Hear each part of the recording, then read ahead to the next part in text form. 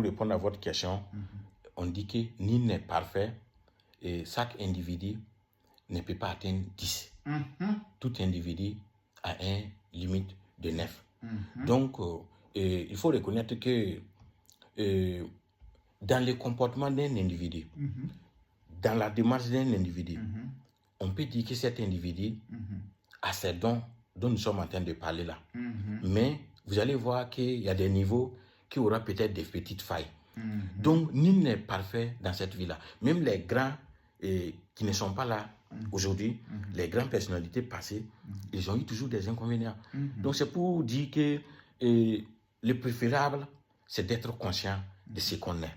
Le préférable, c'est d'être conscient de ce qu'on fait.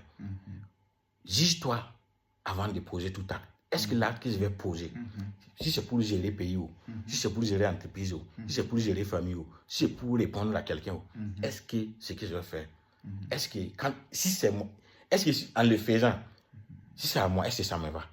Donc si tu arrives à poser cette question, tu arrives à avoir des réponses pour faire toutes choses, moi je pense que c'est déjà un très bon pas. Voilà. Sinon, au fait, même Dieu c'est balance, hein.